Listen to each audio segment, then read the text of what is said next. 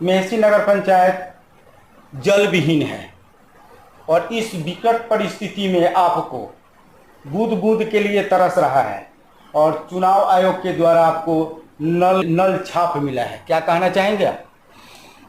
नल छाप तो एक सिंबॉलिक है कि नल छाप मिला। ये बात सही है कि हम क्षेत्र का भ्रमण कर रहे हैं और यहाँ पे पानी की बहुत बड़ी समस्या है। पाइप तो लगा हुआ है लेकिन नल नहीं लगा हुआ है। पूरे 15 वार्ड में पानी की बहुत बड़ी समस्या है और अगर जनता के सहयोग से हम लोग जीतते हैं, जो नल छाप हमारे क्रमांक संख्या 3 पर है, अंकित है, अगर जनता के आशीर्वाद और सहयोग से हम लोग जीतते हैं तो पहली प्राथमिकता में होगी कि यहाँ पे जल की व्यवस्था समुचित रूप से 15 वार्ड में किया जाए। जो भ्रष्टाचार का भेंट चढ़ा है उस पर क्या करेंगे आप?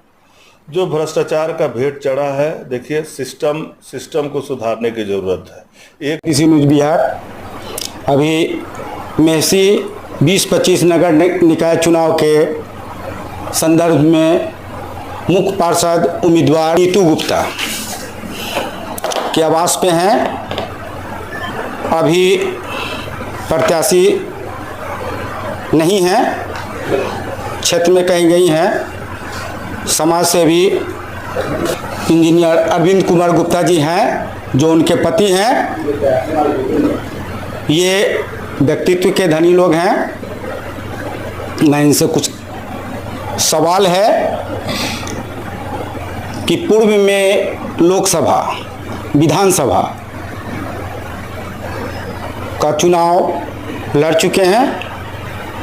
पहले तो इनसे हम अपने चैनल में स्वागत करते हैं। हमारे दर्शकों को कुछ कहेंगे इंजीनियर अरविंद कुमार गुप्ता जी। राकेश जी, आपका बहुत बहुत धन्यवाद जो आपने मुझे इसके लायक समझा कि हम सच दे सके। जितने भी आपके व्यूअर्स हैं उन सभी को मेरा सादर नमस्कार, सादर नमन। जी, आपकी पत्नी नीतू गुप्ता जी चुनाव लड़ रही हैं, इस पर कुछ कहना चाहेंगे आप? मेहसी नगर पंचायत का चुनाव आगामी 28 जून को होने वाला है, जिसमें हमारी पत्नी मुख्य पार्षद पद के लिए उम्मीदवारी पेश की है। अभी हम लोग जनता के बीच में जा रहे हैं और जनता का अपार समर्थन हमें मिल रहा है। इसके लिए मेहसी की जनता को बहुत बहुत बधाई और धन्यवाद।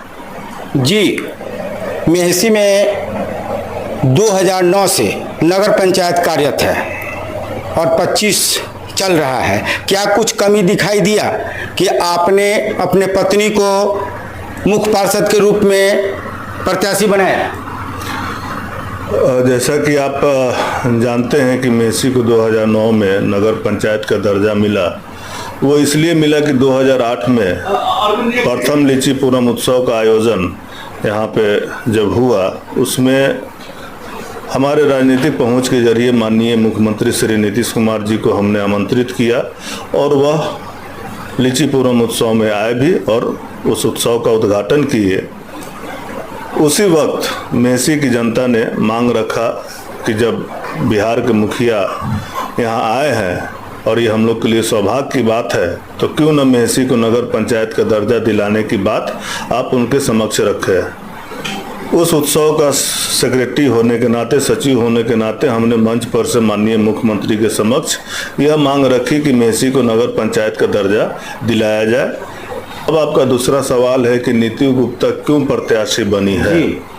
तो मेरा ये मानना है कि हमारा परिवार सामाजिक और राजनीतिक पृष्ठभूमि से है। स्वाभाविक है, जब वो इस घर की बहू है तो राजनीतिक संबंध है उसके। दूसरी बात कि उनका मैके मुंगेर में है और जब से मुंगेर नगर निगम का स्थापना हुआ है तब से लेकर के आज तक ये हमारे समझ से बिहार के अंदर में रिकॉर्ड होगा कि पिछले 50 से 60 साल, हमको लगता है 50-55 साल पहले शायद मुंगेर नगर निगम की स्थापना हुई थी, हालांकि मैं श्योर नहीं हूँ। तब से लेकर आज तक हमारे पत्नी के या तो दादाजी या उनके चाचा जी और वर्तमान में उनके भाई, उससे पहले या तो मेयर रह चुके हैं और वर्तमान में वार्ड पार्षद भी हैं। तो कहने का तात्पर्य यह है कि यह महिला जो मेरी पत्नी है नीतू गुप्ता, ये बचपन से देखते आ रही है कि नगर को कैसे चलाना है और कैसे काम किया जाए कि 50-50 साल तक लगातार आदमी जीत जाए। अगर बिना विकास किए, बिना काम किए हुए कहीं की भी जनता, चाहे मुंगेर हो या कहीं की भी जनता हो, इतने सालों तक किसी को जीत नहीं दिलाती रहती है। तो मेरा मानना है कि वो जानती है कि नगर में कैसे काम किया जाता है, जिससे कि जनता आपसे खुश रहे और बार बार आपको जिताने का काम करे। जी, मेरा कहना है कि नीतू जी मुंगेर नगर पंचायत या नगर निकाय परिवार, उनका परिवार उसमें बहुत ज़्यादा योगदान रहा है और पारिवारिक उनका जो है राजनीतिक बिलोंग रहा है। लेकिन आपने क्या कमी देखा कि 9 के बाद 25 में ही आप जो है सो नीतू जी को लाई? इसका सबसे बड़ा कारण ये है कि इससे पहले वाले चुनाव में भी मेहसी के प्रबुद्ध जन हमारे पास आए थे। उन्होंने ऑफर किया था कि अरविंद जी, आपके परिवार से इस नगर को चलाने के लिए आदमी होना चाहिए जो चेयरमैन बने।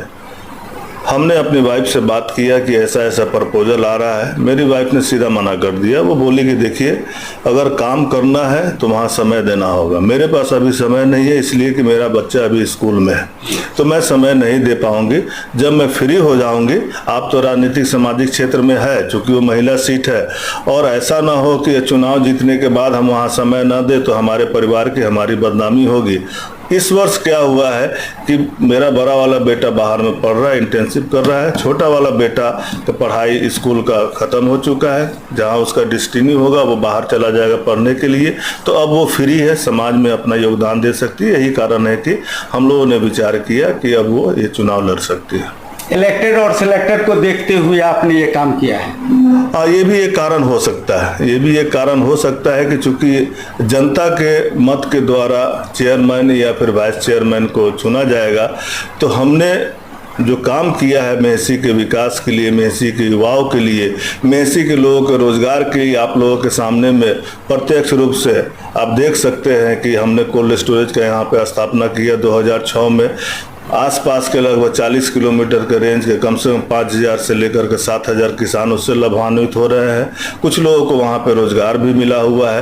तो ये सब काम को देखते हुए जो हमारा सामाजिक करियर रहा है, उसको देखते हुए हमें पूरा विश्वास है कि यहाँ की जनता देखेगी कि नहीं, जो आदमी आज तक किसी पद पे नहीं रहा, बिना पद पे रहते हुए जो जितना बन पड़ा किया है, अगर चेयरमैन बनता है तो उसको एक पावर मिलेगा।